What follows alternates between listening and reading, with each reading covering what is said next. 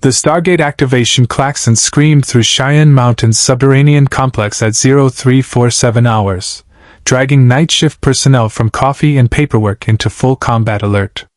In the control room overlooking the gate chamber, Sergeant Walter Harriman's fingers flew across his console as the chevrons began encoding on their own. No incoming wormhole authorization, no IDC transmission, nothing but the massive rings spinning through addresses that didn't match any known coordinates in the SGC database. Unscheduled off-world activation. Walter's voice cut through the alarm. Chevrons are engaging, but sir, this isn't any gate address we have on file. The system is reading. He stopped, eyes widening at his screen. Sir, the energy signature is off the charts. This isn't normal gate travel. General George Hammond descended the stairs from his office, already in full uniform despite the hour. 23 years of Air Force service had trained him to move from dead sleep to command authority in under 60 seconds. Close the iris. Get SG-1 to the gate room, now. The titanium barrier slid across the Stargate's event horizon with a metallic shriek, positioned precisely 3 micrometers from the wormhole's surface. Anything attempting to rematerialize through the gate would be destroyed at the molecular level upon impact. It was Earth's first and best defense against unwanted visitors, and in the 5 years since the Stargate program had resumed operations, it had saved countless lives. But as the 7th chevron locked with a resonant clang and the wormhole exploded outward in its characteristic unstable vortex, something went catastrophically wrong. The event horizon didn't stabilize into its normal shimmering blue pool. Instead, it rippled red and black, shot through with veins of energy that looked like nothing Walter had ever seen in thousands of gate activations.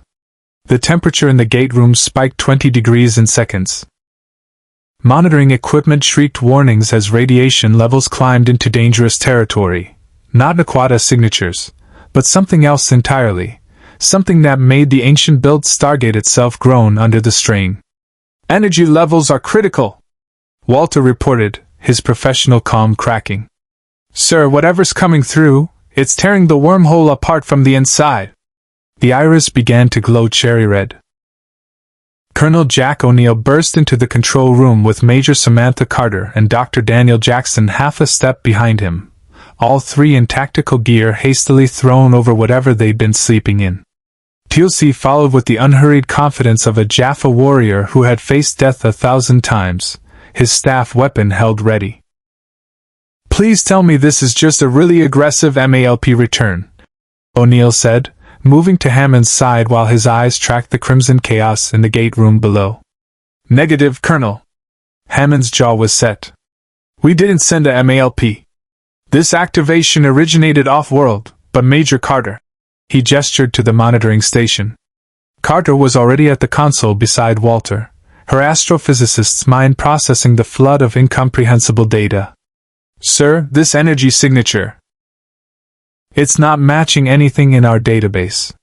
Not Goa'uld, not Asgard, not ancient. The wormhole is trying to connect to somewhere that shouldn't be possible to reach through the Stargate network. The amount of power required to force this connection. She looked up, and O'Neill saw genuine fear in her eyes. Whatever's on the other side punched through dimensional barriers. This isn't gate travel. This is a rift. The iris screamed. Metal designed to withstand staff weapon blasts, and even small tactical nukes began to buckle, glowing white-hot as something on the other side applied force that should have been physically impossible. Defensive positions! Hammond barked into the calm. All personnel, fall back to secondary positions. In the gate room, SF guards trained P-90s on the failing iris while technicians scrambled for cover. The air itself seemed to catch fire, and for one terrible moment, the Stargate, a device that had functioned flawlessly for millions of years across thousands of worlds, looked like it might tear itself apart. Then the iris exploded. Molten titanium sprayed across the gate room in a deadly arc, forcing guards to dive for cover. Through the superheated fragments, through the wormhole that now bled reality itself, something stepped through that made every instinct O'Neill had developed in 30 years of special operations scream in primal warning. The figure stood 7 feet tall in armor that looked like it had been forged in the heart of a dying star and quenched in blood. Geometric plates of an alloy that glowed with inner heat covered a frame built for violence on a scale the SGC had never encountered. A helmet like a demon's skull, flat faceplate, angular vents, no visible eyes, swept the gate room with mechanical precision. In one gauntlet hand hung a weapon Carter's genius mind immediately recognized as a directed energy weapon, but configured in ways that violated every principle of safe plasma containment she'd ever studied.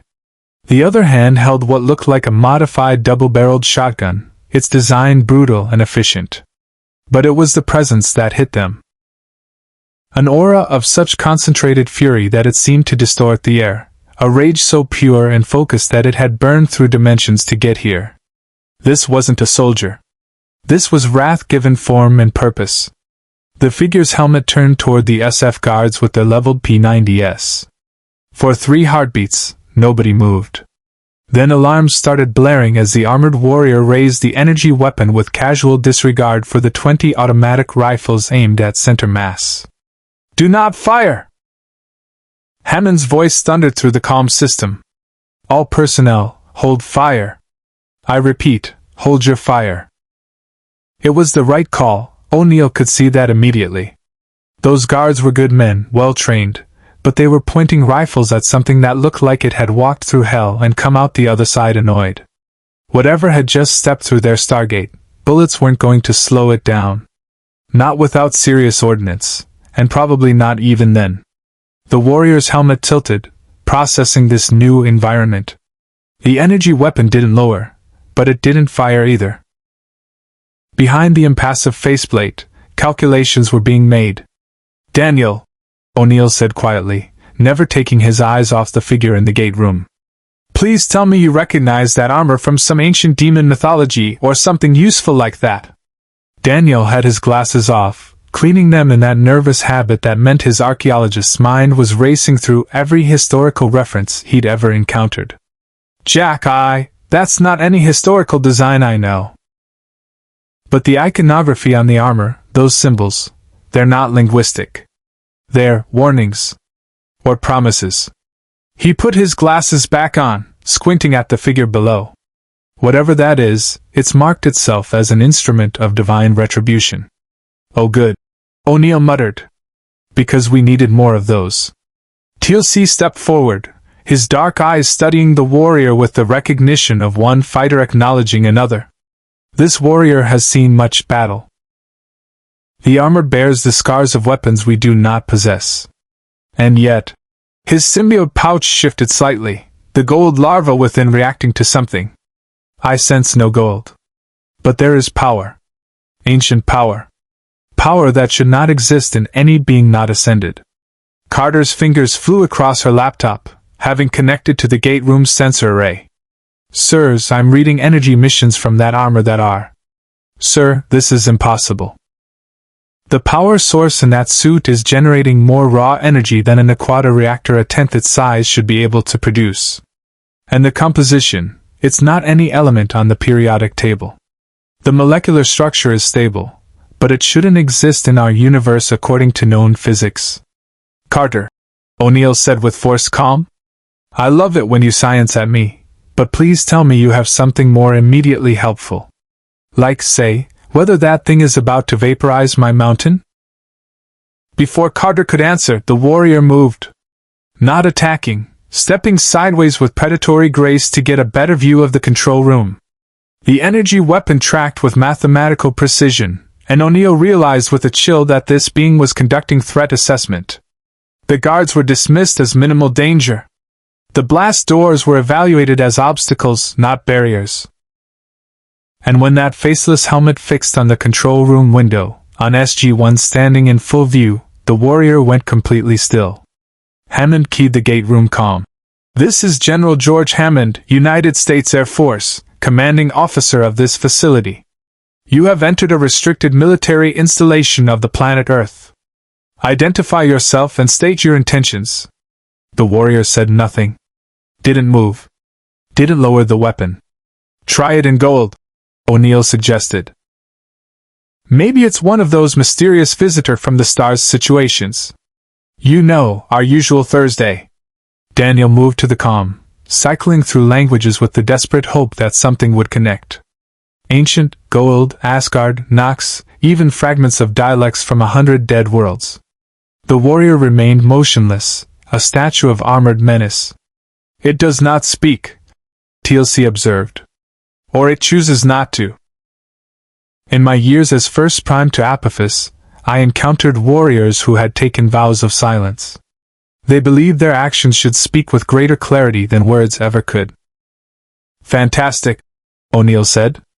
A mime with a plasma cannon. That's new. The wormhole behind the warrior collapsed, the event horizon snapping out of existence with a sound like reality sealing shut. The gate room's temperature began to drop, but the air still shimmered with residual energy that made monitoring equipment stutter and fail. Carter's laptop emitted a warning tone. Sir, the Naquata reactor that powers the gate is showing fluctuations. Whatever came through didn't just use the wormhole, it damaged it. We're going to need to run a full diagnostic before we risk another gate activation. Which meant they were trapped in here with this thing until Carter could verify the gate wouldn't explode if they tried to dial out. Perfect. The warrior's helmet swept the gate room one more time, then fixed back on the control room.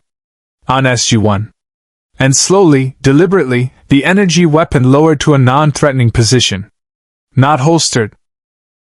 O'Neill noted the lack of any holster on that armor, but pointed at the floor instead of at people's faces.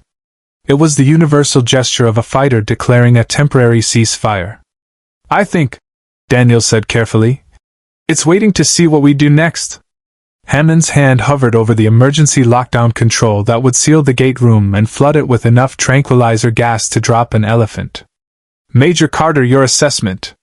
Is this being an immediate threat to the base? Carter studied her readings, her scientific mind warring with her tactical training. Sir, based on the power signatures and the weapon's configuration, if it wanted to cause damage, we couldn't stop it.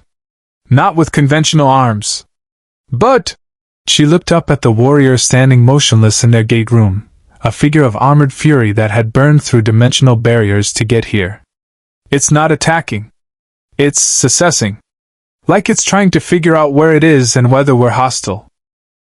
O'Neill made a decision that Hammond would either approve or court-martial him for later. He keyed his own mic to broadcast into the gate room, his voice carrying that particular tone of command that had kept him alive through Black Ops missions in 3 different galaxies. Okay, big guy. Here's how this is going to work. You're in our house, and we've got some rules. First rule, nobody shoots anybody until we figure out what the hell is going on. You seem to be on board with that so far, which I appreciate. Second rule, you're going to come with us nice and peaceful like to a room where we can all sit down and try to work out this communication gap. We're going to use lots of hand gestures. Maybe some flashcards. Daniel loves flashcards. I've never said that. Daniel protested. Third rule, O'Neill continued, ignoring him. If you are planning to vaporize my mountain, please do me the courtesy of letting us evacuate the civilians first. We've got some really nice airmen in the commissary who make excellent jello, and I'd hate to see them get caught in whatever apocalyptic light show you've got chambered in that hand cannon. The warrior stood motionless for a long moment. Then, in a movement so slight O'Neill almost missed it, the helmet dipped forward half an inch. A nod. Agreement, or at least acknowledgement. I'll be damned, O'Neill muttered. It understands English. Or it understands the tone and body language of a military challenge being de-escalated, Carter suggested. Sir, recommend we proceed with extreme caution. We have no idea what we're dealing with. Hammond had made his decision. Colonel O'Neill, take SG-1 down to the gate room. Escort our guests to holding room 3. Full security detail, but nobody gets trigger happy. Major Carter, I want a full analysis of that armor and those weapons as soon as possible, but from a safe distance. Daniel, see if you can establish any form of communication. Teal'c. I shall ensure the warrior understands that violence will be met with violence, General Hammond, Teal'c said calmly. It is a language all warriors speak fluently. Exactly. Move out. As SG-1 headed for the gate room, O'Neill caught Daniel's worried expression. What is it?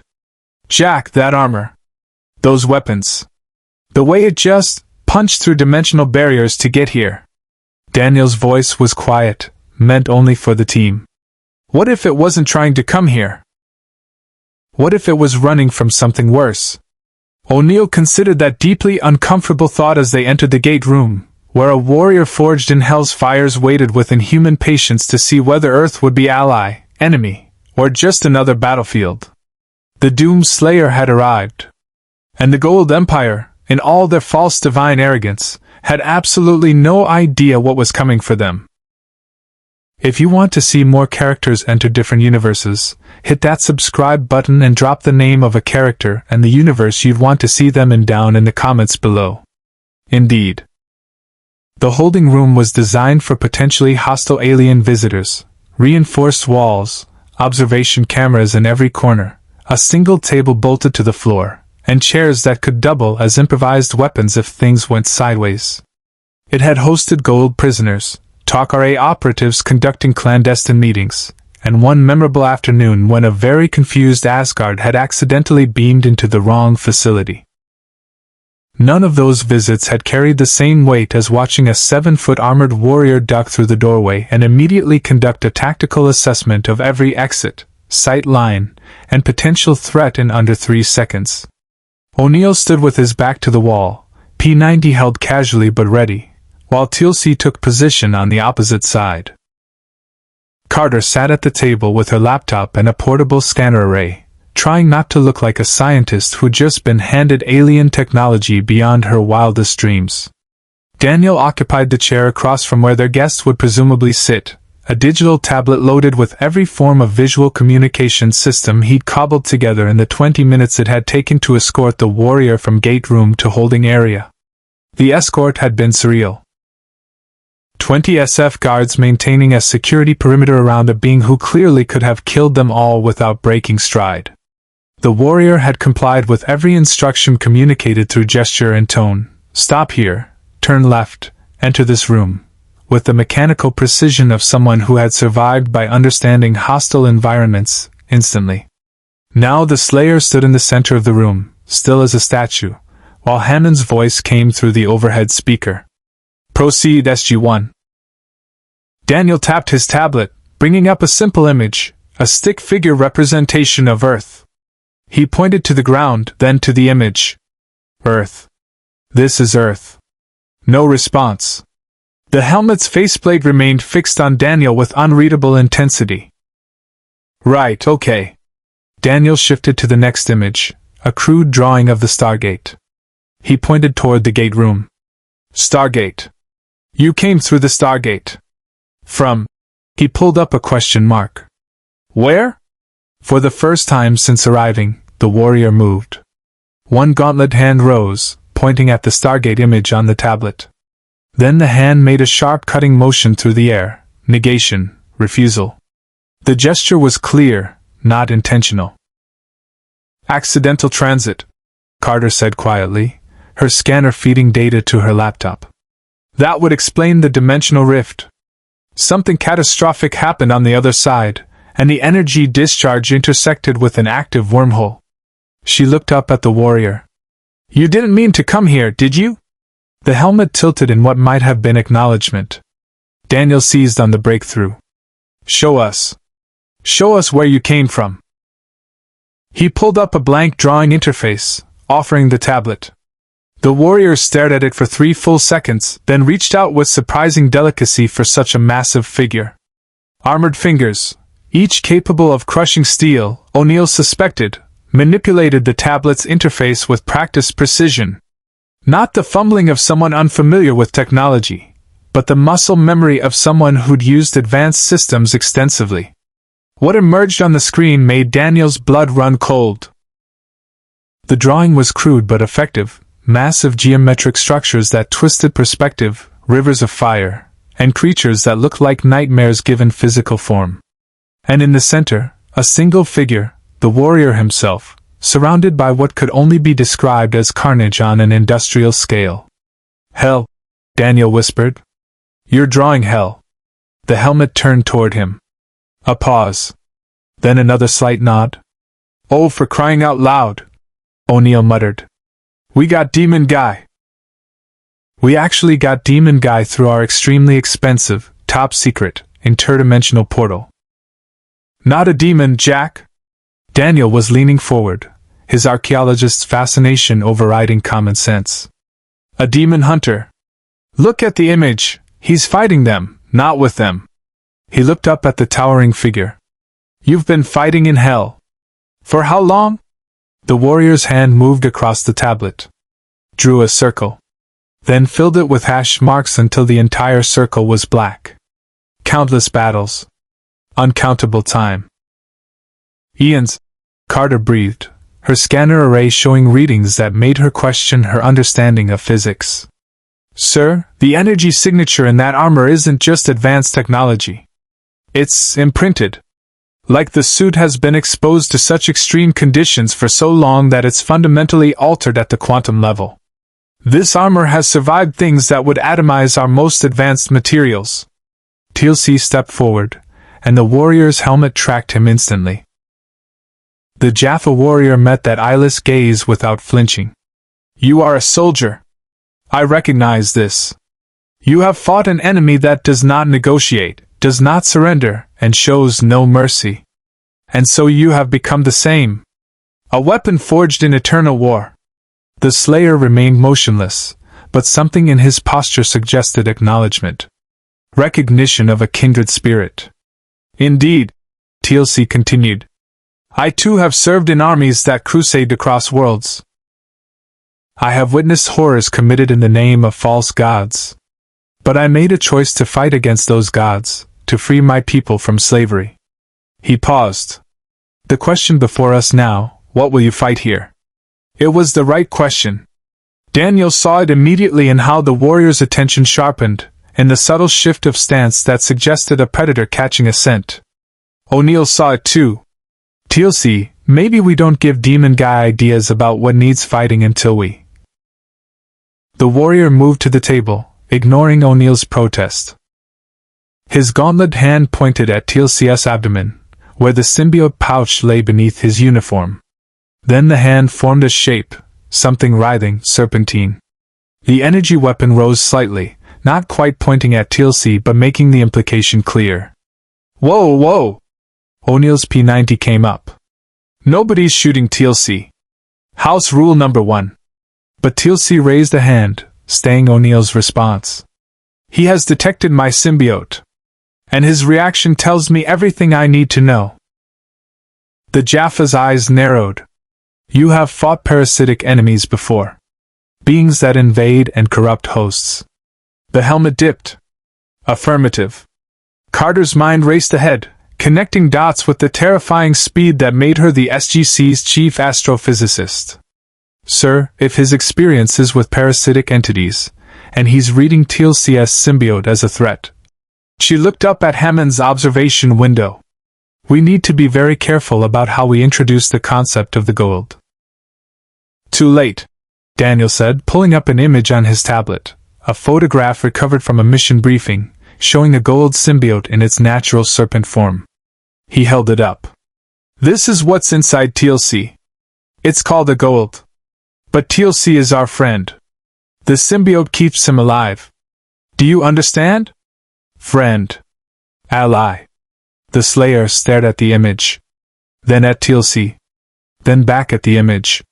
His hand moved to the tablet, drawing quickly. A human figure. A serpent entering the human's head. The human's eyes glowing. And then, the part that made everyone in the room tense. The human surrounded by other humans kneeling in worship. "He knows," Carter said quietly. "Somehow, he knows exactly what the Goa'uld do." Daniel pulled up more images. "Yes, that's what they do. The Goa'uld are parasites. They take human hosts, claim to be gods, and enslave entire worlds. We're fighting them. That's what we do here. We go through the Stargate to other planets and fight the Goa'uld. Of course he does, O'Neill sighed. Because a silent, heavily armed demon hunter definitely meshes well with our carefully planned tactical operations and diplomatic protocols. But Hammond's voice cut through the observation speaker, carrying the weight of command decisions made under impossible circumstances. Colonel O'Neill, Major Carter, your assessment. Can we afford to refuse his help? And more importantly, can we afford to have him operating independently if he decides to go hunting anyway? Carter looked at her scanner readings, at the energy output that suggested this warrior could tear through a Hatak mothership's hull with his bare hands if sufficiently motivated.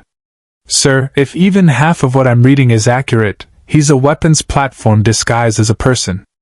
The Goa'uld have never encountered anything like this. Neither have we, O'Neill pointed out.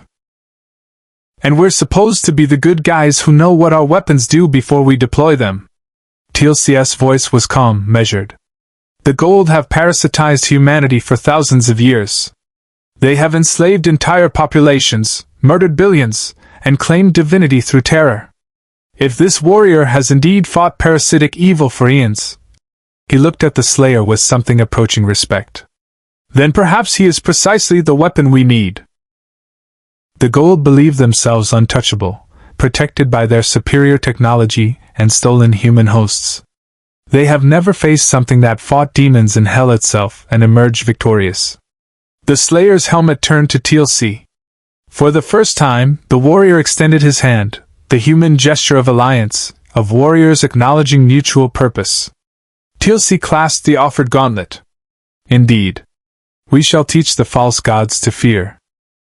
The briefing room had hosted thousands of mission prep sessions over the years, but none quite like this. The Slayer stood at parade rest near the wall, his presence dominating the space despite remaining motionless. SG-1 occupied their usual seats around the table, while Hammond stood at the head with a tactical display showing the Gate network's active threat zones.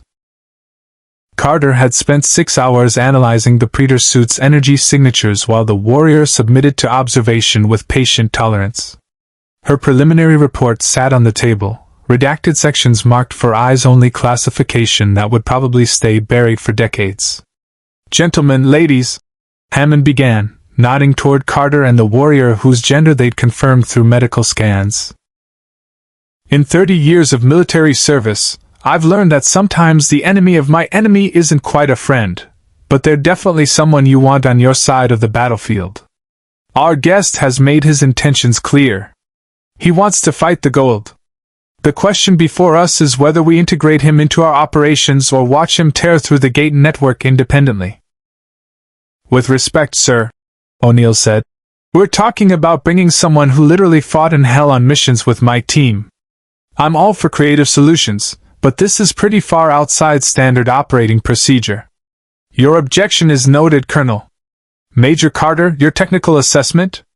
Carter pulled up holographic displays from her laptop. Sir, the Predator suit is the most advanced personal armor system I've ever encountered. It's not ancient technology, but it's operating on similar principles: matter-energy conversion, quantum state shielding, power generation that shouldn't be possible. The suit's neural interface is integrated directly with the wearer. It's not just armor. It's a weapons platform, life support system, and tactical computer rolled into one. She highlighted a section of her skin results. More importantly, the energy signature resonates with Naquata radiation. Not perfectly, but close enough that I believe the suit could potentially interface with Goa'uld technology. The crystalline power source buried in the chest plate generates output comparable to a small Naquata reactor. Which means what in practical terms, Major? Hammond asked. It means that if we outfit him with standard SGC equipment, radio, GDO basic gear, the suit's systems could integrate them seamlessly. He wouldn't be a liability in the field from a coordination standpoint. She paused. Though I should note that his weapons are unconventional. Daniel pulled up images on the main display. I've been researching the symbolism on the armor. These glyphs aren't from any Earth language, but the iconographic meaning is consistent across cultures. They represent concepts like retribution, purity through fire, and eternal vigilance. Whoever built this suit designed it for one purpose: hunting and destroying demons. And the Goa'uld qualify? Hammond asked. Parasitic entities that possess human hosts, claim false divinity, and enslave populations? Daniel's expression was grim. In every mythological framework I've studied, that's textbook demonic behavior. To him, the Goa'uld aren't just enemies. They're exactly what he's been fighting for what might be thousands of years. Teal'c leaned forward. General Hammond, I have fought beside many Jaffa warriors in my years as First Prime. I recognize the signs of a soldier who has transcended normal combat psychology. This warrior does not fight for glory, or conquest, or even survival. He fights because stopping would mean allowing evil to continue unopposed. The Goa'uld have never encountered such an enemy. Because most sane people know when to retreat, O'Neill muttered. Precisely, O'Neill. Teal'c's expression was serious. The Goa'uld rely on intimidation, superior technology, and the knowledge that their enemies value survival. This warrior does not retreat. He does not fear death. He simply continues until his enemy is destroyed. It is a weapon of psychological warfare the system lords have no counter for. Hammond studied the Slayer, who had remained silent throughout the entire discussion. Can he follow orders? That, O'Neill admitted, is the million-dollar question. He's cooperated so far, but cooperation isn't the same as following a command structure. Carter had anticipated this. She pulled up video footage from the holding room. Sir, watch this sequence. When we gave instructions through gesture and tone, he complied immediately. His response time suggests military training. He understands hierarchical structures, tactical discipline, and mission parameters. He's not a berserker. He's a soldier who happens to have survived hell. A soldier who doesn't speak. Hammond noted. Doesn't need to speak, sir. Daniel corrected. We've established basic hand signals. Point at target, execute mission, return through gate. The fundamentals work. Hammond made his decision. Colonel O'Neill, I'm authorizing a field test. SG-1 will take our guest on a reconnaissance mission to P3X888. It's a Goa'uld-occupied mining world with minimal strategic value. Low-risk target for assessing combat capability and team integration. P3X888.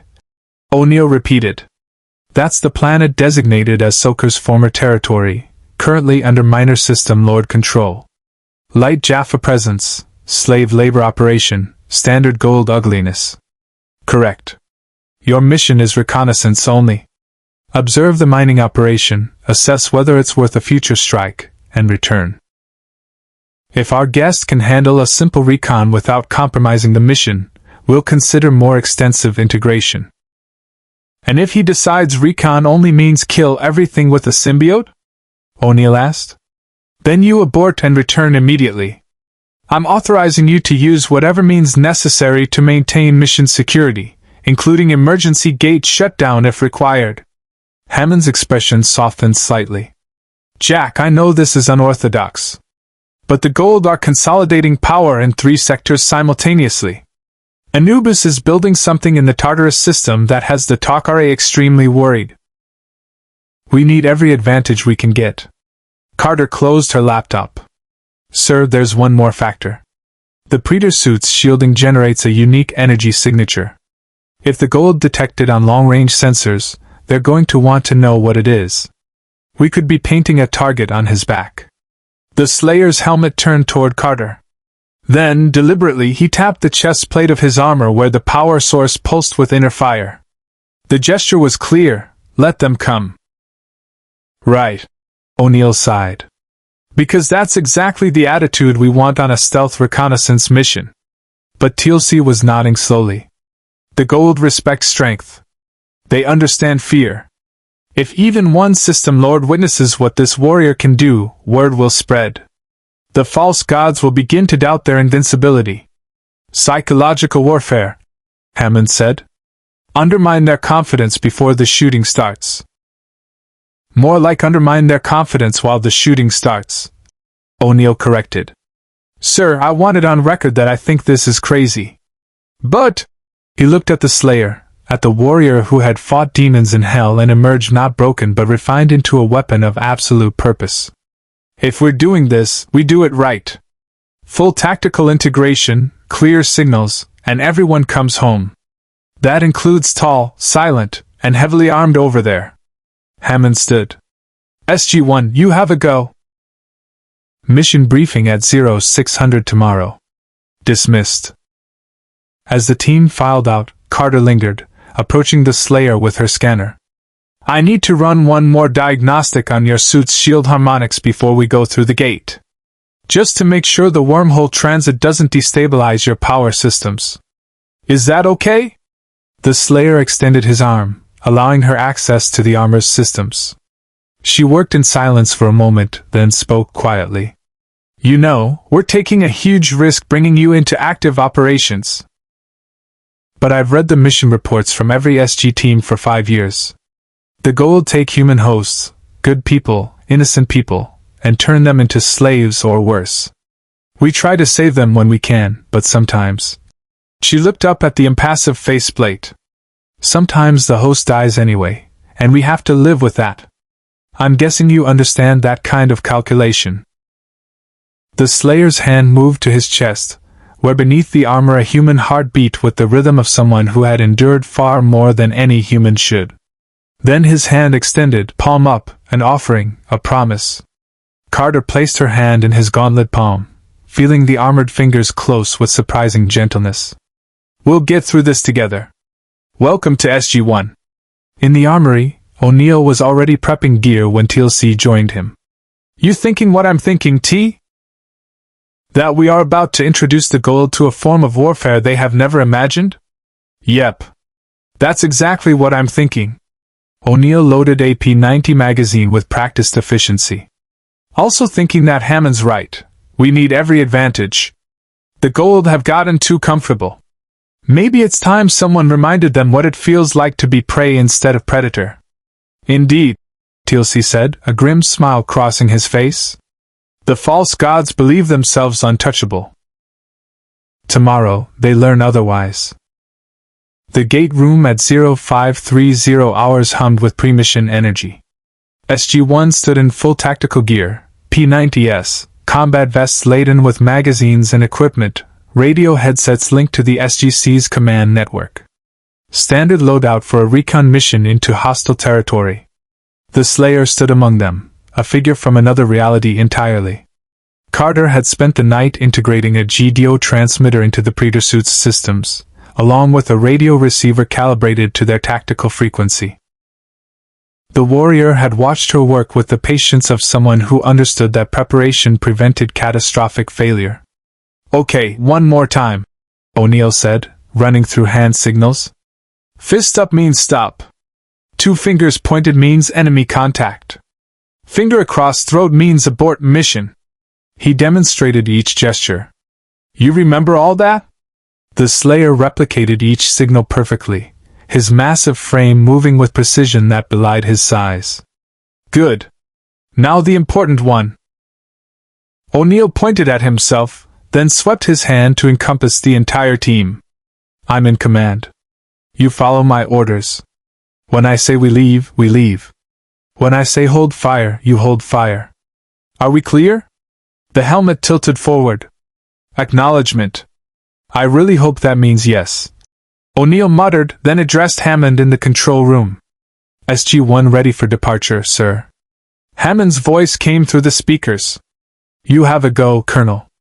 Remember, reconnaissance only. Get eyes on the mining operation and return. The Ta'Kari intelligence suggests the Goa'uld presence is minimal, but stay alert. When aren't we? O'Neill turned to his team. Carter, you're on sensors. Daniel, cultural assessment if we encounter locals. Teal'c, you know the drill. And our new friend here stays in visual range at all times. Nobody goes lone wolf. The Stargate began its dialing sequence, chevrons locking with resonant clangs that echoed through the gate room. The Slayer watched the process with focused attention, his tactical computer analyzing the ancient technology with alien appreciation. He's seeing this for the first time, Daniel realized. His first deliberate gate travel. Let's hope it's less dramatic than his arrival, Carter said, checking her equipment one final time. The 7th chevron locked. The wormhole exploded outward in a brilliant blue cascade, then settled into its characteristic rippling pool of energy. The event horizon shimmered, stable and perfect, ancient engineering functioning flawlessly across millions of years. SG-1, you are go for transit, Hammond confirmed. O'Neill took point, walking into the wormhole with the casual confidence of someone who'd done this hundreds of times. Carter followed, then Daniel. Teal'c gestured for the Slayer to proceed, a warrior's courtesy to an unknown but respected fighter. The Slayer stepped into the event horizon. For a human, gate travel was instantaneous. A flash of cold, a moment of disorientation, then emergence on the other side. For the Slayer, with his heightened senses and the Predator suit's advanced systems, it was something else entirely. He felt the wormhole deconstruct his body at the molecular level, transmit the pattern across thousands of light years, and reconstruct him atom by atom on a world he never imagined existed. The suit's system screamed warnings, then adapted. The divine empowerment that made him more than human resonated with the ancient technology, finding harmony in the quantum stream. By the time he emerged on P3X888, the Predator suit had mapped the wormhole's physics and stored the data for future reference. He stepped out onto an alien world under twin suns. The landscape was brutal, red sand stretching to distant mountains, sparse vegetation clinging to life in the harsh climate. The air tasted of metal and despair. And in the distance, roughly 2 kilometers from the gate, a massive Naquata mining operation scarred the earth like an infected wound. "Welcome to P3X888, O'Neill said quietly, already scanning the horizon. "Not much to look at, but the Goa'uld love it because the Naquata deposits are about as pure as they come." Carter had her scanner out, sweeping for energy signatures. "I'm reading staff weapon emissions from the mine. Guard complement, probably standard patrol rotation. No Hatak in orbit, no Alkesh on approach vectors. Looks like the Takare intel was accurate." Daniel was studying the mine through binoculars. "I'm seeing human workers. Slaves, most likely. The Goa'uld standard model. Take a population, work them until they die, then gate in replacements from another conquered world." The Slayer's helmet tracked to the mine. His energy weapon rose slightly. "Hold," O'Neill commanded, his hand on the warrior's armored shoulder.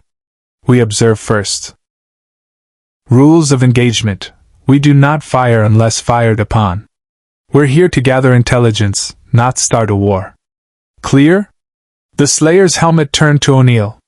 For a long moment, the warrior stood absolutely still, and O'Neill could feel the barely contained fury radiating from the armored figure.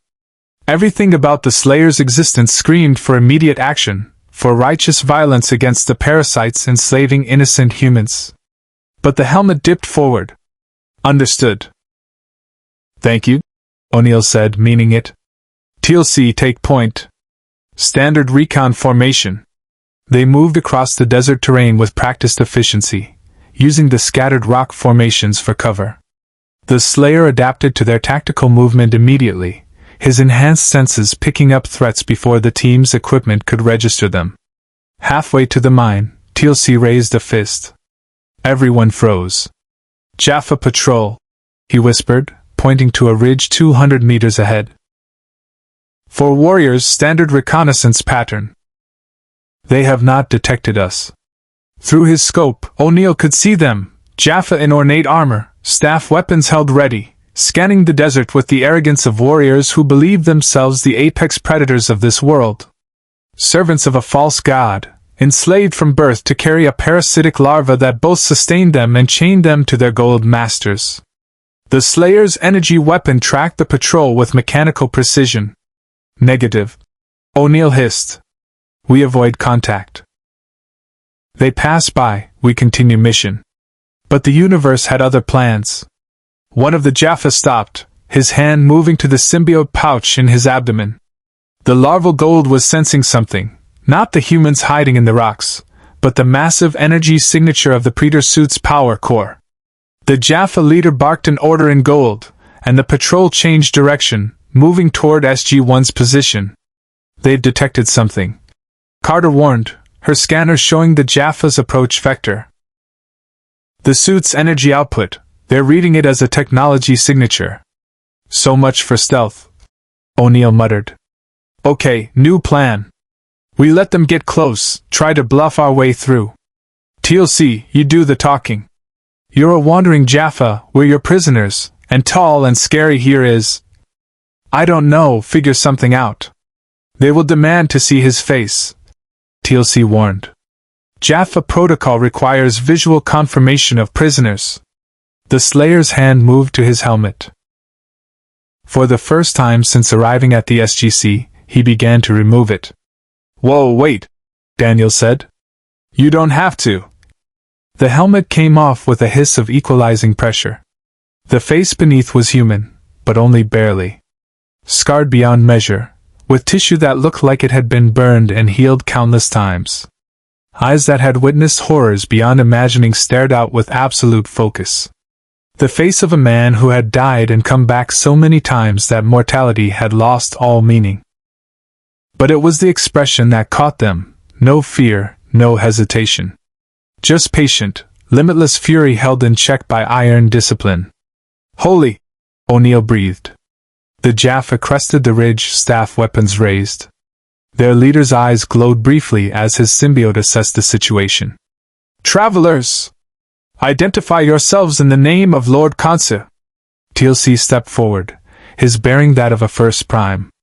I am Teal'c, in service to Apophis. These are prisoners taken from the Tauri homeworld. I transport them to my master for interrogation. The Jaffa leader studied them, suspicion clear in his expression. His gaze lingered on the Slayer. That one bears armor unlike any I have witnessed. What manner of weapon does he carry? Spoils of war, Teal'c said smoothly. Technology recovered from a dead world. My master will be most pleased to study it. The Jaffa leader approached the Slayer, circling him with predatory curiosity. He is large, strong. He would make an excellent host for my lord. The warrior's eyes glowed as he addressed the Slayer directly. You should be honored, human. To serve a god is the highest purpose. The Slayer moved. One moment he stood passive, allowing inspection. The next, his hand shot out with inhuman speed, gripping the Jaffa's throat and lifting him off the ground. The energy weapon rose, its barrel pressed against the warrior's symbiote pouch. Stand down, O'Neill shouted. But the Slayer had heard the key word. Host. The Goa'uld wanted to make him a host, to infest his body with a parasitic snake.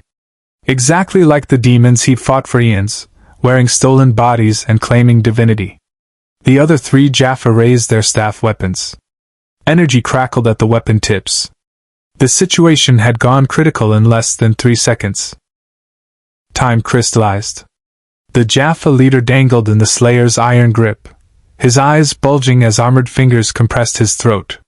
3 staff weapons aimed at the SG-1 team, energy cells primed to fire. Carter's hand moved toward her P-90. Teal'c shifted his weight, calculating attack angles. Daniel stood frozen, watching a diplomatic situation collapse into violence. And O'Neill made a command decision. Lower your weapons! He barked at the Jaffa in Goa'uld, the language he'd picked up across 5 years of fighting these parasites. This warrior serves Apophis. Would you fire upon the property of a system lord? The Jaffa hesitated, their training warring with tactical reality. Firing meant declaring their minor lord's authority superior to Apophis, a political statement that could get them killed regardless of the outcome. O'Neill pressed the advantage, stepping between the Slayer and the Jaffa. My friend here doesn't appreciate being offered as a host. Understandable, really. But I'm sure we can all walk away from this misunderstanding without anyone getting vaporized. Right. The Jaffa leader managed to choke out words despite the crushing grip. Release me. O'Neill turned to the Slayer, meeting those scarred, furious eyes with the calm authority of a commander who'd talked down armed confrontations on 3 continents and 2 galaxies. "Put him down! That's an order!" The Slayer's grip didn't loosen. His energy weapon remained pressed against the symbiote pouch, finger on the trigger. Every line of his body screamed for violence, for righteous execution of parasitic evil. "I know what you're thinking," O'Neill said quietly, his voice meant only for the Slayer. "They're parasites. They enslave people. They deserve everything you want to do to them. And you're right. But if you kill them now, the entire mine garrison comes down on us, the mission is compromised, and we learn nothing about what the Goa'uld are planning in this sector. We lose the war by winning this battle." The Slayer's jaw clenched. His eyes burned with the need to act, to purge, to cleanse. "Sometimes," O'Neill continued, his tone carrying the weight of too many impossible choices made in the field, "the hardest thing a soldier does isn't pulling the trigger. It's not pulling it when every instinct screams otherwise. We fight smart, not just hard. Trust me on this one." For 5 eternal seconds, the Slayer held the Jaffa suspended between life and death. Then, with deliberate control that took more strength than any physical feat, he lowered the warrior to the ground and stepped back. The Jaffa leader collapsed, gasping, his hand clutching his bruised throat. The other Jaffa kept their weapons raised, uncertain. Teal'c filled the silence with commanding presence. "You will report this incident to Lord Khonsu. Inform him that Apophyse's servants passed through his territory with valuable prisoners and advanced technology. Let him understand that the System Lord's attention falls upon this world. It was brilliant manipulation. The Jaffa wouldn't report that they'd been humiliated, they'd report a political threat, turning their encounter into intelligence for their master while saving face." The leader nodded slowly, still recovering his breath. "Go," Teal'c commanded. "Before my companion loses patience entirely." The Jaffa retreated, keeping their weapons trained on SG-1 until they crested the ridge and disappeared from view. O'Neill released a breath he hadn't realized he was holding. "Well, that was fun. Carter, how long before they circle back with reinforcements?" 20 minutes, maybe less," Carter said, her scanner tracking the Jaffa's movement. "They're heading straight for the mine. We need to abort." "Negative." Teal'c's expression was thoughtful. "They believe we serve Apophis. They will report our presence, but they will not attack without orders. We have a brief window to complete our reconnaissance." Daniel was staring at the Slayer, who had replaced his helmet with mechanical precision.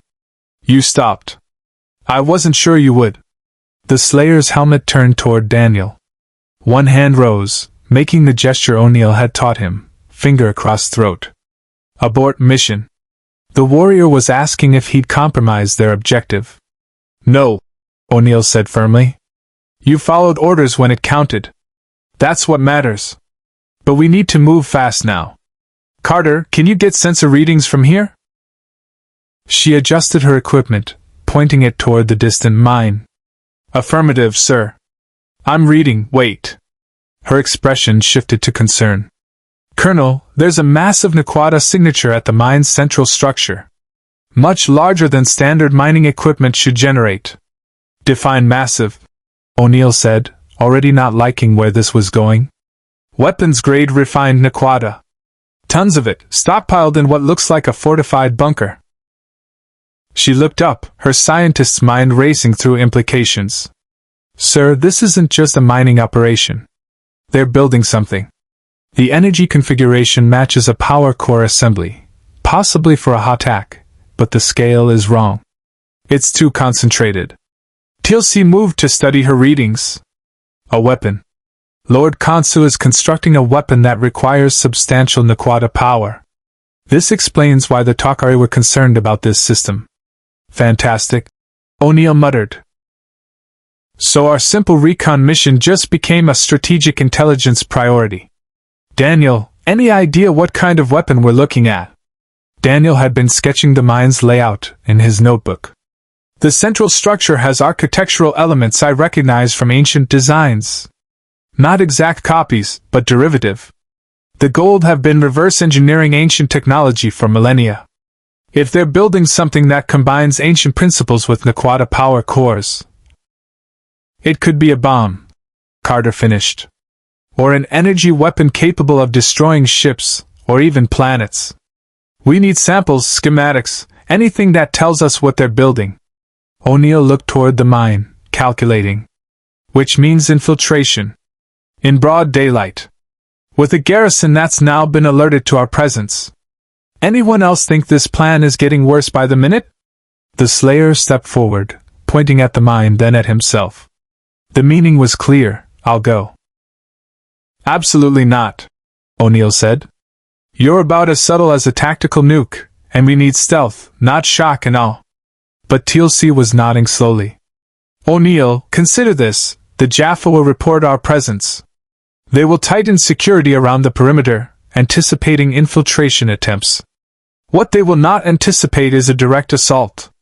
You want to use him as a distraction, Carter realized. Indeed. While the garrison responds to an obvious threat at the main entrance, a smaller team could infiltrate the bunker from the ventilation system I'm detecting on the eastern side.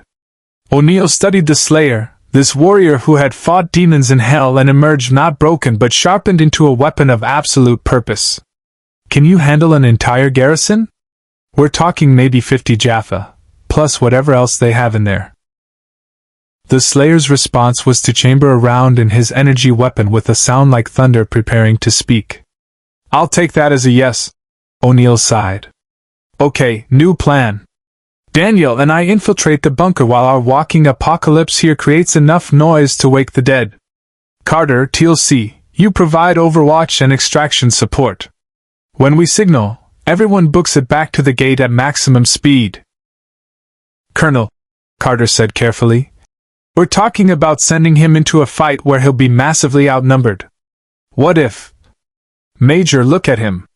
O'Neill gestured to the Slayer. Does he look worried about the odds?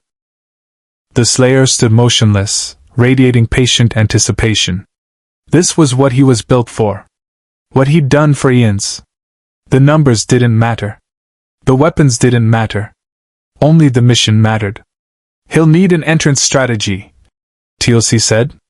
The main gate is reinforced with Naquadah-enhanced barriers. Even staff weapons struggle to penetrate. The Slayer reached down and activated something on his armor. The energy weapon's power cell began to glow brighter, and a low hum built in the desert air. He pointed at the gate, then made a gesture like an explosion. Carter's eyes widened as her scanner caught the energy buildup. Sir, that weapon is charging to levels that will breach any barrier short of an iris. He's going to blow the front door off its hinges. Of course he is, O'Neill said. Because why would we do anything quietly? He checked his watch. Okay, we move in 10 minutes. That gives us time to get into position. When you hear the explosion, you'll know the party's started. The Slayer nodded once, then began walking toward the mine with the inexorable patience of a force of nature. Daniel watched him go. Jack, are we sure about this? We're unleashing something we barely understand into a hostile situation. No, O'Neill admitted. But the Goa'uld have been doing the same thing to humanity for thousands of years. Maybe it's time they got a taste of their own medicine. The Slayer approached the mine's main entrance like a storm gathering on the horizon, slow, inevitable, and absolutely unstoppable. From their position 300 meters away, hidden in the rocky outcropping, O'Neill and Daniel watched through binoculars while Carter monitored energy signatures and Teal'c calculated firing solutions. He's not even trying to hide, Daniel observed, equal parts fascinated and horrified. Why would he? Teal'c replied. Stealth is a tactic employed when one fears discovery. He does not fear. The mine's entrance was a fortified structure carved into the mountainside. Naquadah-reinforced doors tall enough to admit cargo ships, guard towers flanking the approach, and automated staff cannons tracking movement across the killing field. Standard Goa'uld architecture, intimidating, brutal, and designed to remind slaves of their powerlessness. The Slayer walked across the open ground without breaking stride. Alarms shrieked. Jaffa poured from the guard towers, staff weapons raised. The automated cannons swiveled, energy cells charging with whines that rose in pitch. Somewhere inside, a minor Goa'uld underlord was probably demanding to know what fool approached Lord Conce's installation without permission. The Slayer's energy weapon rose. "Here we go," O'Neill muttered. "Carter, tell me that door is as tough as it looks so I can feel better about what's about to happen." Carter's scanner was registering power levels that made her recalibrate twice to confirm. "Sir, the Naquata reinforcement on that door could withstand a direct staff cannon hit. It's designed to repel light orbital bombardment. There's no way a personal weapon could." The Slayer fired. The weapon's discharge wasn't the clean energy beam of a staff weapon or the focused plasma of a Zat gun. It was a roiling sphere of superheated matter and antimatter that screamed across the distance, and impacted the door with the fury of a small sun-going supernova. The explosion shook the ground hard enough that Daniel grabbed the rocks for balance. A mushroom cloud of vaporized Naquata and stone billowed into the twin suns' light. When the smoke cleared, the door was gone. Just gone. Along with a significant portion of the wall, 3 guard towers, and approximately 20 Jaffa who'd been unfortunate enough to be in the blast radius. "Mother of God!" O'Neill breathed. "Carter, what the hell did we just witness?" "A directed energy weapon operating on principles I don't even have equations for," Carter said, her voice distant with shock. "Sir, that was a plasma weapon with exotic matter containment. The energy output was equivalent to a small tactical nuke. And he's carrying it like a sidearm."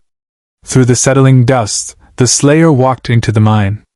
Staff weapon fire erupted from the surviving Jaffa positions, energy bolts converging on the armored figure. The Predator suit's shields flared, absorbing impacts that would have vaporized an unprotected human. The Slayer didn't slow down. He raised his other weapon, the double-barreled shotgun Carter had catalogued as a ballistic weapon with suspicious Naquata-enhanced ammunition, and fired. The sound was pure thunder. A Jaffa exploded backward, his armor and the symbiote beneath reduced to component atoms. "That's our cue," O'Neill said, shaking off the all. "Move, move, move!" They descended from their position in a controlled sprint, circling wide to the eastern side while every Jaffa in the compound converged on the Slayer's position. The sounds of battle were impossible to ignore, staff weapons firing in sustained volleys, the Slayer's energy weapon discharging with apocalyptic regularity, and underneath it all, a sound that Carter's radio caught and transmitted: music. Heavy metal, distorted and aggressive, was somehow playing from the Slayer's armor systems. Is he playing battle music?" Daniel asked between breaths as they ran. "Focus, Daniel!" O'Neill snapped, though part of him appreciated the sheer audacity. Of course the demon hunter from hell had a soundtrack. They reached the ventilation system, a series of exhaust vents designed to clear the toxic gases from deep Naquata mining. Teal'c had been right, minimal security, just basic grading. O'Neill pried it open while Daniel kept watch. "We're in," O'Neill radioed. "Carter, Teal'c, status?" "The garrison is fully committed to the main entrance," Teal'c reported. "I count 43 Jaffa engaging your friend. He has destroyed 2 guard positions and is advancing into the primary structure." "Casualties?" O'Neill asked, though he suspected he knew the answer. "All Jaffa," Teal'c confirmed. "He has sustained no visible damage. The Predator suit's shielding is adapting to staff weapon frequencies with each impact." "Of course it is," O'Neill muttered, dropping into the ventilation shaft. "Because why would anything about this mission be normal?" The shaft was cramped, dark, and smelled of burned ozone and human misery. They crawled through darkness guided by Carter's remote sensor feed until they reached a junction overlooking the bunker's main chamber. What they saw made O'Neill's blood run cold. The chamber was massive, carved from living rock and reinforced with Naquata supports. In the center stood a device that looked like a marriage of ancient and Goa'uld technology. A circular platform surrounded by control crystals, power conduits feeding into a central core that pulsed with barely contained energy. But it was the scale that horrified. This wasn't a weapon designed to destroy ships. This was designed to destroy Stargates. "Oh, this is bad," Daniel whispered, his archaeologist's mind recognizing ancient design elements corrupted for destructive purpose. "Jack, that's a resonance weapon. It's designed to send a destabilizing pulse through an active wormhole. If it works, it could destroy every gate in a network chain reaction," O'Neill finished, "taking out entire planets' connection to the gate system, isolating them for easy conquest. Worse," Daniel said, pointing to the control crystals. "Those are ancient control elements. Real ones, not Goa'uld copies. Someone gave Kansa ancient technology." Before O'Neill could respond, an explosion rocked the bunker. Dust rained from the ceiling. The sounds of battle were getting closer. The Slayer was fighting his way through the installation toward the bunker, drawing the garrison like a magnet. "We need those crystals," O'Neill decided. "And we need to sabotage this thing so thoroughly that Kansa can't rebuild it. Daniel, you're the ancient tech expert. Can you do it?" Daniel was already moving toward the access hatch. "If I can reach the control interface, yes.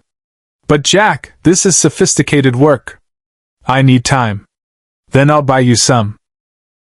O'Neill checked his P90, mentally calculating how long he could hold a position against Jaffa reinforcements.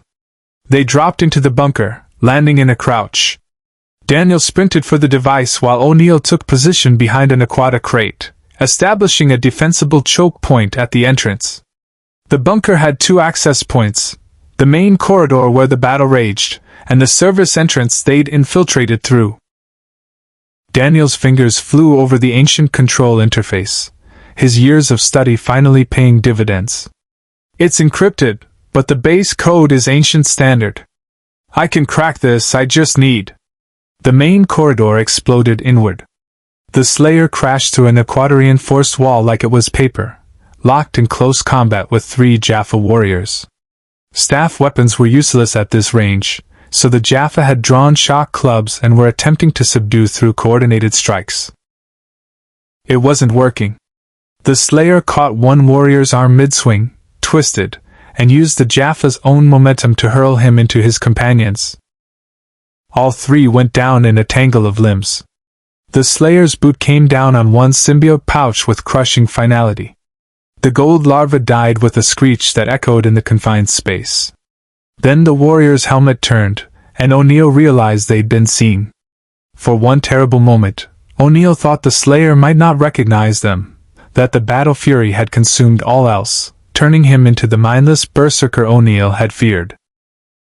The energy weapon rose, tracking toward O'Neill's position. "Friendly!"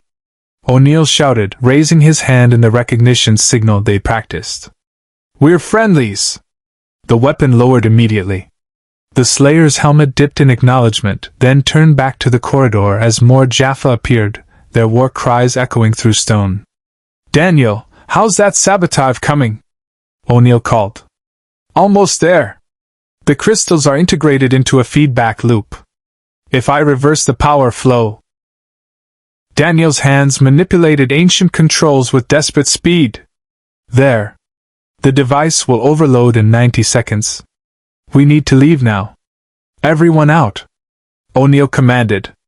"Back through the vent system." But the Slayer didn't move toward the vent. Instead, he stepped into the corridor, his armored frame filling the passage entirely, and raised both weapons. The message was clear: "You run, I hold them. We're not leaving you." Daniel protested. The Slayer's helmet turned briefly. One hand made a sharp gesture. "Go." O'Neill faced an impossible choice in a shrinking window of time. Leave the warrior who'd just saved their mission, or stay and die when the ancient device overloaded and took the entire bunker with it. The Slayer stood immovable in the corridor, a bulwark between SG-1 and 50 Jaffa warriors who wanted them dead. "Colonel, we have 60 seconds," Daniel urged, already moving toward the vent. But O'Neill had spent 30 years in special operations learning one inviolable rule. You never leave a man behind. Even if that man was a 7-foot demon hunter from another dimension who could probably survive things that would atomize normal humans. Teal'c, I need options. O'Neill barked into his radio. Teal'c's response was immediate. The western wall of the bunker is thinnest. If he breaches it, there is a 50-meter drop to the canyon below, but the terrain provides cover for withdrawal to the gate. O'Neill looked at the Slayer, then at the ancient device beginning to glow with destabilizing energy. 45 seconds. He made his decision. Change of plans. O'Neill grabbed a breaching charge from his vest, running toward the western wall. We blow our own exit. Daniel, help me place charges. They worked with practiced efficiency, slapping C4 charges against the weakest structural points Teal'c had identified. The Slayer remained in the corridor, his weapons firing in controlled bursts. Each discharge meant another Jaffa down, another obstacle cleared. But the sheer numbers were forcing him backward, one step at a time. Charges set. Daniel confirmed. 20 seconds to device overload. Blow it, O'Neill commanded. The shaped charges detonated in sequence, punching through Nequadarian force stone like a surgical strike. Desert sunlight poured through the breach, revealing the canyon Teal'c had described, a sharp drop, but survivable with the right technique. Move! O'Neill grabbed Daniel and literally threw him toward the opening. Slayer, we're leaving! That's an order! The Slayer fired one final shot down the corridor, the energy weapon's discharge vaporizing 3 Jaffa and collapsing part of the ceiling, then turned and sprinted toward them with shocking speed. For something so massive, he moved like liquid violence. They jumped. 50 meters of freefall compressed into 3 seconds of controlled terror. O'Neill hit the sandy slope below, rolled with the impact, and came up already running. Daniel landed nearby, his archaeologist's body protesting the abuse. The Slayer hit the ground with enough force to crater the sand, his armor's kinetic dampeners absorbing impact that should have shattered bone. Behind them, the bunker exploded. The ancient device's overload triggered a cascade failure in the Nequada power cores, and the entire mountain installation erupted in a column of green fire that reached toward the twin suns. Secondary explosions rippled through the structure as stockpiled Nequada ignited, turning Lord Kansa's secret weapon facility into a funeral pyre. Carter, Teal'c, status! O'Neill gasped into his radio while running. We saw the explosion. Carter's voice came back, tight with controlled fear. Colonel, half the mountain just came down. Tell me you're clear. Mostly. Heading for the gate at speed. Have it dialed and ready. They ran across the desert, 3 figures against red sand, 2 humans struggling with the heat and exertion, 1 armored warrior maintaining pace effortlessly. Behind them, Jaffa survivors were emerging from the mine's ruins, organizing pursuit. Staff weapon fire, incoming! Daniel shouted. Energy bolts screamed past them, superheating air and flash-fusing sand into glass. The Slayer pivoted mid-stride, his energy weapon tracking targets with computerized precision. Return fire carved through the Jaffa ranks, forcing them into cover. Don't stop running! O'Neill commanded. We get to the gate, or we don't get home. The Stargate materialized on the horizon, its massive ring standing against the alien sky. Carter and Teal'c were already there, the wormhole active and shimmering blue. But between SG-1 and salvation stood a final obstacle. Death gliders. 2 Goa'uld fighters screamed overhead, their distinctive wing configurations cutting through the atmosphere. Staff cannons opened fire, strafing the desert in lines of explosive plasma. 1 bolt hit 5 meters from O'Neill, the concussion throwing him sideways. Gliders! Carter's voice was urgent. Colonel, they're making another pass. You've got maybe 20 seconds before they're in optimal firing position. The Slayer stopped running. His helmet tracked the gliders as they banked for their attack run, calculating vectors and velocities. Then he raised his energy weapon. Not at the ground forces, but at the sky. What are you doing? O'Neill shouted. That's air support you can't hit. The Slayer fired. The energy blast arced upward with impossible accuracy, striking the lead glider's port engine. The fighter exploded mid-flight, raining debris across the desert. The second glider broke off, its pilot suddenly reassessing the threat level of ground targets who could shoot down aircraft. "Okay, that was impressive," O'Neill admitted. "Now run!" They covered the final distance to the gate in a desperate sprint. Teal'c provided suppressing fire with his staff weapon, forcing Jaffa pursuit to keep their heads down. Carter had her laptop out, monitoring for incoming wormhole shutdown attempts. 30 seconds until they can override the DHD, she warned. "Move it!" Daniel hit the event horizon first, vanishing in a flash of molecular deconstruction. O'Neill was right behind him, followed by Carter. Teal'c fired one last burst, then dove through. The Slayer paused at the gate's threshold, turning back to face the pursuing Jaffa. His helmet tracked across them, warriors of the false gods, enslaved humans carrying parasitic snakes, believers in divine lies. For just a moment, his energy weapon rose. "No!" O'Neill's voice came through the wormhole. "Mission complete! Get your ass through this gate, Marine!" The Slayer's weapon lowered. He stepped backward into the event horizon and vanished.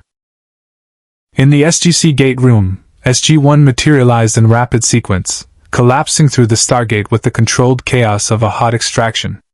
Alarms were already blaring, SF guards taking defensive positions in case of pursuit. "Close the iris!" Hammond commanded. The titanium barrier slammed shut milliseconds before a staff weapon blast attempted to follow them through. The energy discharge splashed harmlessly against Earth's first line of defense. O'Neill lay on the gate room floor, chest heaving, staring at the ceiling. Did we just blow up a mountain and shoot down a glider on what was supposed to be a simple recon mission? Indeed, Teal'c confirmed, standing with the unshakable composure of a Jaffa warrior who'd seen worse. Carter was already reviewing her scanner data. "Sir, we need to debrief immediately. That device, it was based on ancient technology, and if Khonsu had one, there might be others. The Takari need to know about this." Daniel pulled himself upright, his body one massive bruise. "Also, we should probably mention that our new teammate just turned an entire Goa'uld installation into a smoking crater and shot down a fighter jet with a hand weapon." All eyes turned to the Slayer, who stood motionless in the center of the gate room, his armor scorched and pitted from sustained combat but functionally intact. His energy weapon was mag-locked to his thigh, still radiating waste heat. Hammond descended from the control room, his expression unreadable.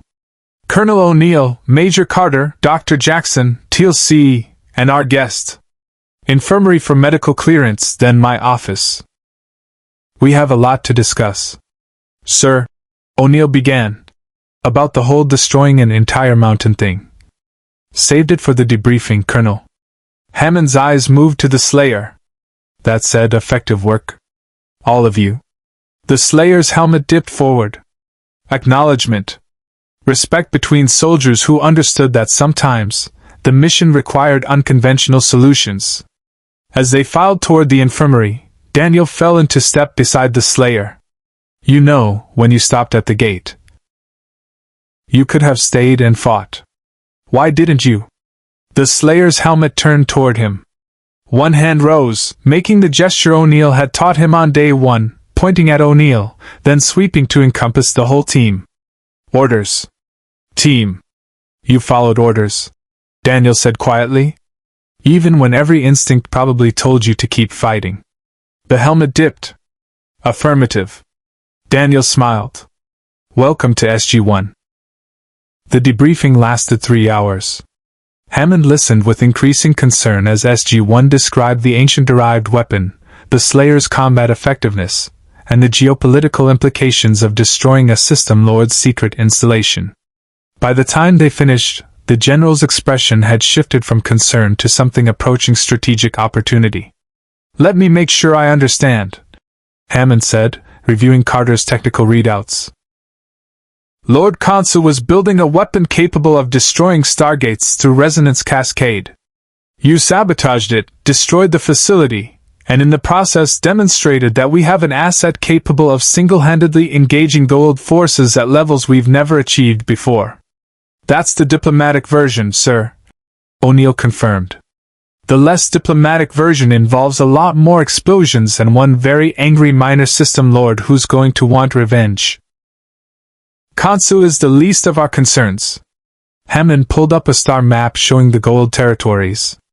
The Teal'c have confirmed that Anubis is consolidating power in the Tartarus system. He's been acquiring ancient technology through sources we haven't identified. If he learns that a weapon like the one you destroyed exists, or worse, if he already has the schematics, he could cut off entire sectors of the gate network. Carter leaned forward.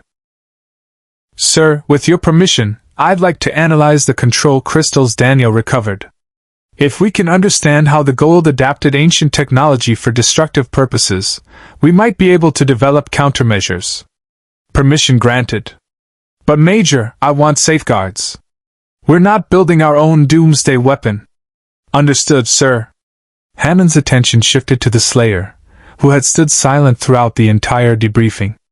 As for you, military doctrine doesn't have a protocol for this situation. You're not a soldier in the traditional sense. You don't speak, you don't follow standard chain of command, and your methods are. He paused, searching for the right word. Absolute. O'Neill spoke up. Sir, he followed orders when it counted. He held position when I ordered it, withdrew when commanded, and didn't compromise the mission. That's more discipline than some trained operators I've worked with. The Colonel is correct. Teal'c added. This warrior understands the purpose of tactical coordination. His actions served the mission, not personal vendetta. Even when he nearly executed a Jaffa patrol? Hammond asked pointedly. He stopped. Daniel said quietly. That's what matters. He had every reason to kill them. They're servants of parasitic false gods, exactly what he's been fighting for eons. But he controlled himself because the mission required it. Hammond studied the Slayer, this armored enigma who had crashed into their world and immediately proven himself both invaluable and dangerous. Here's my problem. The Goa'uld now knows something destroyed Khonsu's installation. They'll investigate. They'll find evidence of advanced weaponry beyond anything they've encountered. And they're going to want to know what it is. Carter had already considered this. Sir, that might work in our favor. The Goa'uld operate on intimidation and perceived superiority. If they believe Earth has acquired a weapon that can level their installations, it changes the strategic calculus. Psychological warfare. Hammond mused. Make them afraid of us for once. It's more than psychology, sir. Carter pulled up energy signature analysis. The Pretersuit's power output is similar enough to ancient technology that the Goa'uld might conclude we've activated an ancient weapons cache. That terrifies them. It's why they've never attacked Earth despite knowing our gate address. They're afraid of what ancient tech we might have. O'Neill saw where this was going. So we let them think we've got some kind of ancient super soldier program. Keep them guessing, keep them cautious. Exactly. But it only works if our asset here is willing to continue operations. Hammond addressed the Slayer directly. I can't order you to do anything. You're not under my command. But I can offer you something, targets. The Goa'uld have enslaved billions of humans across thousands of worlds. They're parasites wearing human faces, claiming divinity through technology and terror. If you want to continue your fight against parasitic evil, we can point you toward the worst of them. The Slayer's helmet turned toward the star map, where Goa'uld territories were marked in hostile red. System lords controlling vast swaths of the galaxy, each one a false god demanding worship and sacrifice. His armored hand rose, pointing at the display. Then his fist clenched. I'll take that as a yes, Hammond said. Colonel O'Neill, I'm assigning our guest to SG-1 on provisional basis. He operates under your tactical command during missions. Major Carter continues analysis of his technology with his cooperation. Dr. Jackson works on establishing better communication protocols. And Teal'c. Hammond almost smiled. I trust you'll continue teaching him the difference between Jaffa warriors and the Goa'uld who enslaved them. It will be my honor, General Hammond, Teal'c said. Dismissed. Get some rest, you've earned it. And Colonel? Try to keep the mountain destroying to a minimum on future missions. No promises, sir, O'Neill replied. As they left Hammond's office, the tension of the debriefing gave way to the bone-deep exhaustion of a mission survived. Daniel headed straight for the archaeological archives, already composing reports on the ancient technology they'd encountered. Carter made for her lab, the recovered crystals demanding immediate analysis. O'Neill found himself walking alongside the Slayer and Teal'c toward the temporary quarters they'd assigned their newest team member. The warrior moved with quiet purpose, his armor's systems running diagnostic cycles that Carter had explained were continuous self-repair protocols. You did good work today, O'Neill said. Saved our asses more than once. That shot on the glider? I've seen Air Force pilots with worse aim. The Slayer's helmet turned slightly, acknowledging the compliment. They reached the quarters, a converted storage room hastily retrofitted with a reinforced bed frame, basic amenities, and monitoring equipment that Carter insisted was necessary for safety protocols. O'Neill suspected it was more scientific curiosity than safety. Teal'c paused at the doorway. You fight with honor. Not the honor of glory-seeking warriors, but the honor of one who protects the weak and destroys evil without hesitation. The Jaffa have a word for such warriors, Chauvier. But not as insult. As highest praise. One who betrays false gods to serve true justice. The Slayer stood motionless, processing this. Then, slowly, he extended his hand to Teal'c once more. Teal'c clasped it firmly. We shall teach the Goa'uld to fear. Indeed. After Teal'c left, O'Neill lingered. Look, I know you don't talk. That's fine. But I need to know something. He met the Slayer's impassive faceplate. Today, when you stopped at the gate. You could have stayed and killed every Jaffa in that compound. It's what you wanted to do. I saw it. But you chose the mission over personal satisfaction. Why? The Slayer considered this for a long moment. Then his hand moved, making a complex series of gestures, pointing to O'Neill, sweeping to encompass the SGC, then placing his fist over his heart. Team. Purpose. Mission. O'Neill understood. The Slayer had fought alone in Hell for eons, an endless crusade against evil with no strategy beyond destruction. But here, he'd found something he'd probably never had before, a team. A mission with tactical objectives. A war that could actually be won, not just endlessly fought. Yeah, O'Neill said quietly. I get it. Welcome to the team. He turned to leave, then paused. Oh, and one more thing. That music you played during combat? The heavy metal stuff? Please tell me you've got volume control on that, because Carter's going to have opinions about operational security. The Slayer's helmet tilted in what might have been amusement. His hand moved to his armor's interface, and the music volume decreased to barely audible levels. Thank you, O'Neill said. Now get some rest. Hammond's going to want us ready for the next mission, and I guarantee it's not going to be any quieter than this one. The Slayer's helmet dipped forward. Acknowledgement. O'Neill left, heading for his own quarters and the bourbon he kept hidden in his locker for days like this. Behind him, in the converted storage room, the Slayer stood alone in the darkness, his armor's systems running maintenance cycles while his mind processed this new reality. He had fallen through dimensions, crashed into a universe at war, and found allies who fought the same parasitic evil he'd battled for eons. The Goa'uld were demons wearing human skin, false gods demanding worship through terror. And now they had his attention. The alert klaxons shattered the SGC's routine 72 hours later. O'Neill was halfway through a mission report when Hammond's voice thundered through the base intercom. SG-1 to the briefing room. Priority Alpha. Priority Alpha meant one thing: immediate threat to Earth or allied worlds. When O'Neill arrived, the briefing room was already packed. SG-1, SG-3, senior staff, and standing against the back wall in full armor, the Slayer. Hammond stood at the head of the table, his expression carved from granite. "Gentlemen, we have a situation." Hammond activated the display, showing a star map with one system flashing red. 2 hours ago, the Teal'c transmitted an emergency message. The Goa'uld system Lord Anubis has launched a major offensive against the planet Revanna, the Teal'c's primary base of operations. Carter's face went pale. "Sir, my father is stationed on Revanna." "I'm aware, Major." The Teal'c are requesting immediate assistance. They're outnumbered 3 to 1, and Anubis has deployed technology we've never encountered before, some kind of energy weapon that's tearing through their underground defenses. O'Neill's tactical mind was already calculating. "Sir, Revanna is deep in Goa'uld territory. Even if we gate there, we'd be going into a hot LZ with no backup and no extraction plan if things go sideways." "Correct. Which is why I'm authorizing a volunteer-only mission." Hammond's eyes swept the room.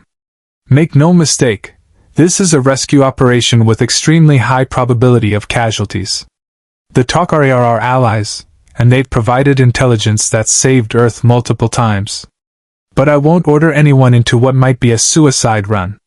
I'm going," Carter said immediately, her voice steady despite the fear in her eyes. "Sir, my father is there. I will accompany Major Carter," Teal'c stated. "The Teal'c have aided the Jaffa rebellion. This debt must be honored." Daniel nodded. "The Teal'c have been fighting the Goa'uld for 2,000 years. If they fall, we lose our best intelligence source and our strongest ally. I'm in." O'Neill looked at his team, then at Hammond. "Looks like SG-1 is volunteering, sir. We'll need heavy ordnance, anti-armor weapons, and whatever intel the Teal'c can transmit about this new weapon Anubis is using. Already prepared." Hammond gestured to an SF officer who distributed tactical folders. "But there's one more factor. Our guest has been monitoring Teal'c communications through Major Carter's translations. He's indicated he wants to join this mission." All eyes turned to the Slayer, who stood immobile as a statue. "Sir," O'Neill said carefully, "he's never worked with the Teal'c. He sees all symbiotes as parasites. Putting him in close proximity to our allies who are literally hosting Goa'uld, even willing ones, could be problematic." Carter had already considered this. She approached the Slayer, pulling up an image on her tablet, a photograph of her father, Jacob Carter, and decided, a representation of Teal'c, the Teal'c symbiote he hosted. "This is my father," she said, her voice tight with controlled emotion. 2 years ago, he was dying of cancer.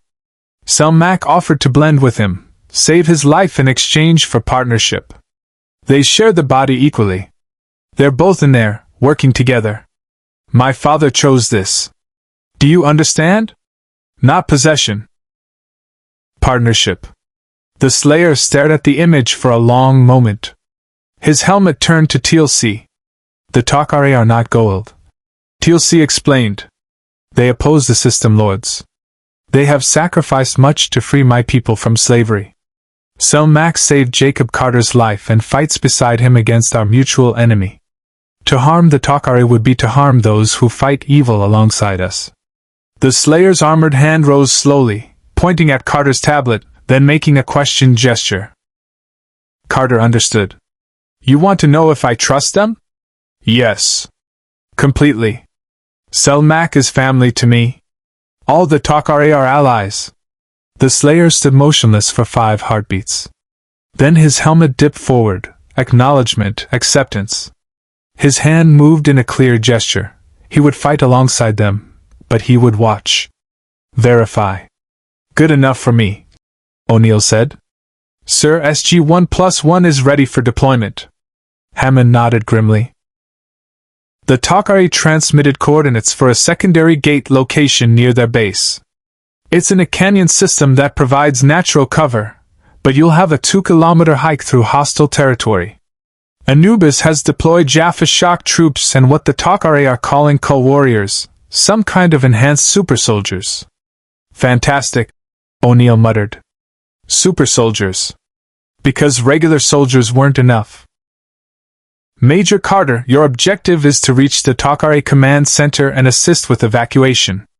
Priority targets are the Teal'c High Council and any intelligence assets they can't afford to lose. SG-3 will provide rear guard and secure the gate for extraction. Colonel Reynolds of SG-3 spoke up. Sir, if Anubis is throwing this much force at Revan, he's not planning to leave survivors. This could be a massacre. Which is why we're getting our people out. Hammond's voice carried the weight of command decisions that kept him awake at night. Move out. And Colonel O'Neill, bring them home. Yes, sir. The wormhole to Revan established with its characteristic burst of energy. Through the event horizon, SG-1 could hear the distant sounds of battle, explosions, weapons fire, the screams of the dying. O'Neill checked his P-91 final time, his team arrayed beside him in full combat gear. The Slayer stood at the edge of the group, his energy weapon charged and ready. His armor's systems had integrated with SG-1's tactical network, allowing Carter to monitor his status on her handheld display.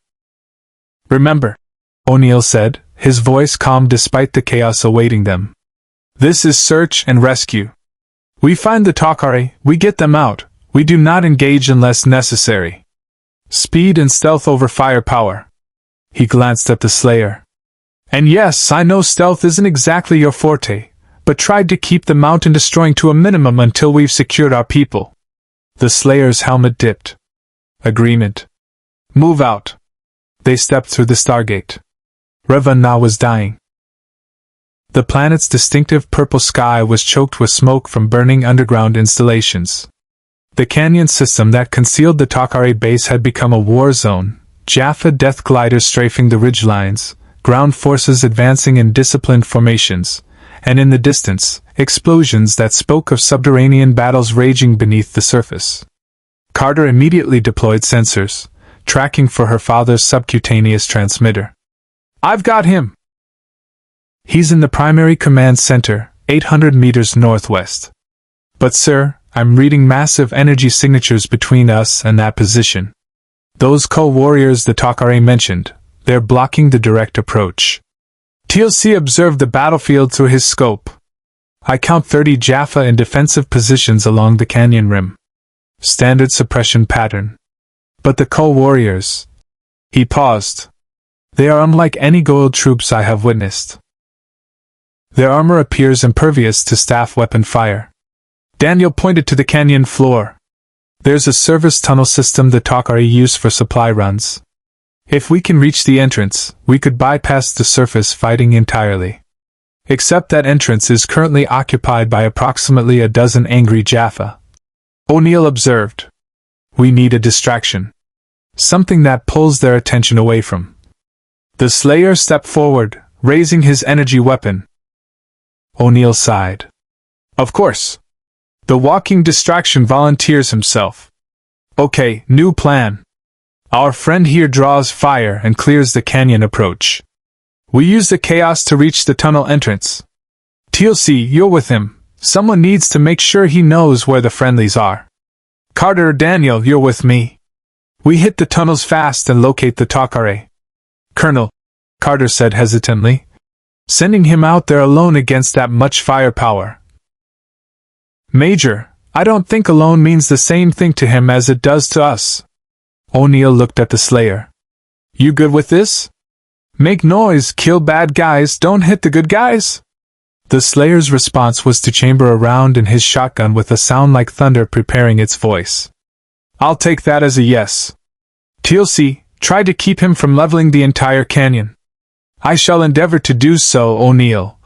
Teal'c replied, though his expression suggested he considered it a futile effort. Though I suspect the Jaffa are about to learn what true warriors face when they serve false gods. The Slayer and Teal'c moved toward the canyon rim, two warriors from different worlds united in purpose. The Slayer crested the canyon rim like vengeance personified.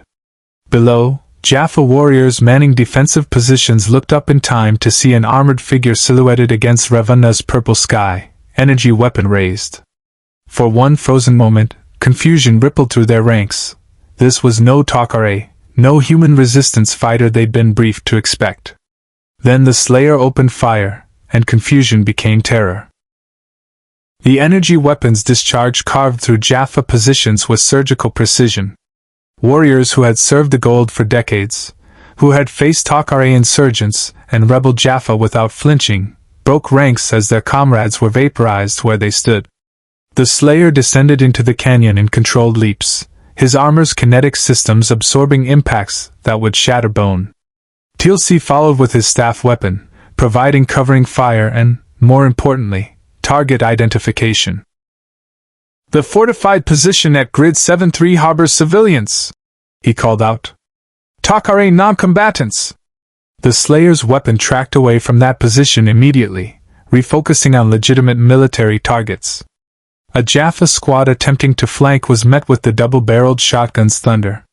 The super soldier didn't just fight, he dominated the battlefield with the efficiency of someone who had refined killing into an art form across eons. "Now!" O'Neill commanded, sprinting for the tunnel entrance with Carter and Daniel in tow. They reached the passage as the Slayer drew the bulk of Anubis's forces toward his position like a magnet attracting iron. The tunnel system was a masterwork of Teal'c engineering, crystalline walls that pulsed with bioluminescent light, passages that twisted through living rock in patterns designed to confuse invaders.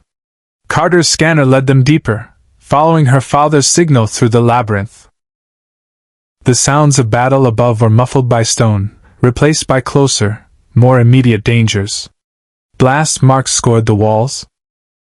Bodies, both Teal'c and Jaffa, lay where they'd fallen in desperate close-quarters combat. "Contact!"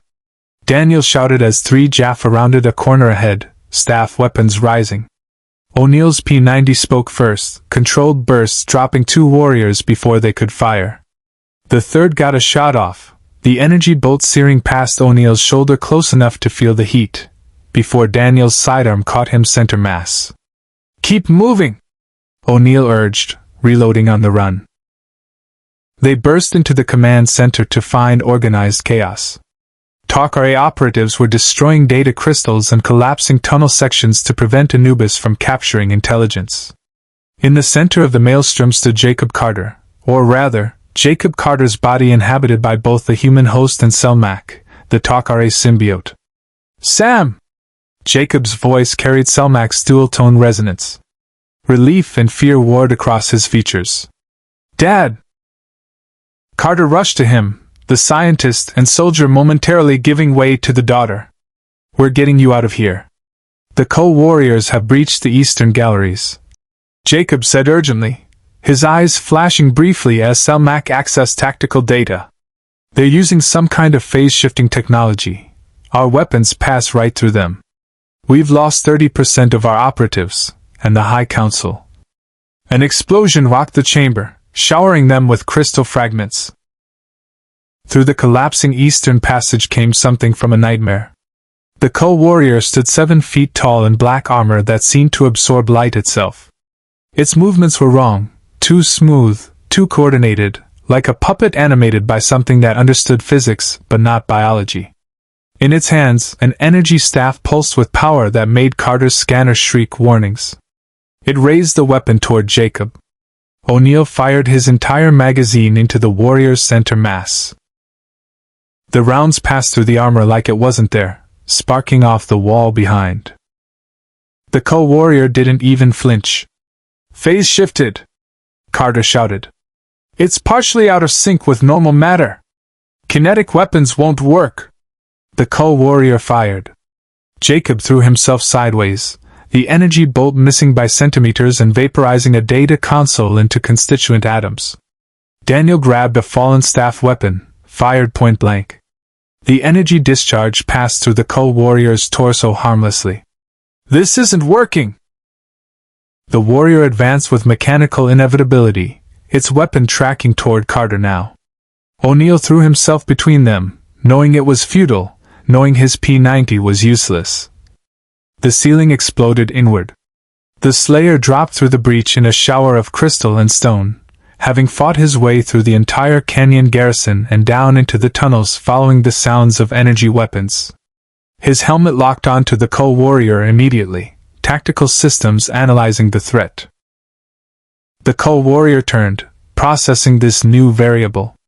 Two apex predators stood facing each other in a Teal'c command center while fire raged above and the weight of a dying base pressed down around them. The Slayer's energy weapon rose. He fired. The plasma discharge didn't pass through the Goa'uld warrior. It struck with the force of a small star-going supernova.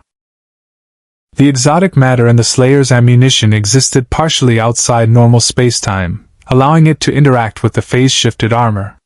The Goa'uld warrior staggered backward, its weapon arm blown completely off. But it didn't fall. Didn't retreat.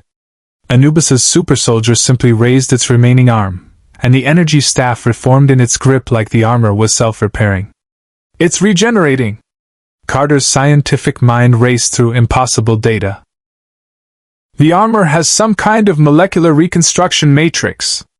The Slayer and the Goa'uld warrior clashed in brutal close quarters. Armored fists struck with forces that cracked stone. The Slayer's shotgun roared point-blank, punching through phase-shifted armor.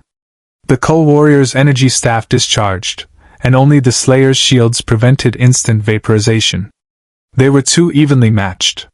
For every wound the Slayer inflicted, the Goa'uld warrior's armor repaired. For every strike the warrior landed, the Slayer's divine empowerment and predator suit compensated. "We need to move," Jacob urged. "The entire base is rigged to collapse." "We've got maybe 3 minutes before the Teal'c trigger total structural failure to prevent Anubis from capturing anything." O'Neill saw the tactical reality instantly. They couldn't win this fight in the time available. Fall back to the tunnels. Everyone out, now. Daniel and Carter moved to comply, but the Slayer remained locked in combat with the Goa'uld warrior, either giving ground. Teal'c appeared through the breach, immediately assessing the situation. "We cannot leave him." Teal'c fired his staff weapon at structural supports, collapsing part of the ceiling between the combatants. This way.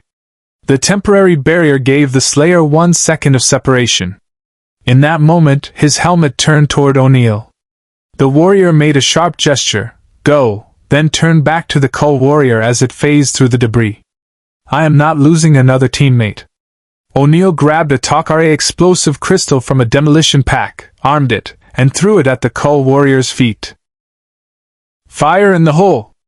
The crystal detonated with a shaped charge that sent both the Slayer and the Goa'uld warrior through the weakened floor into the gallery below. O'Neill didn't wait to see the result. He grabbed Carter and ran.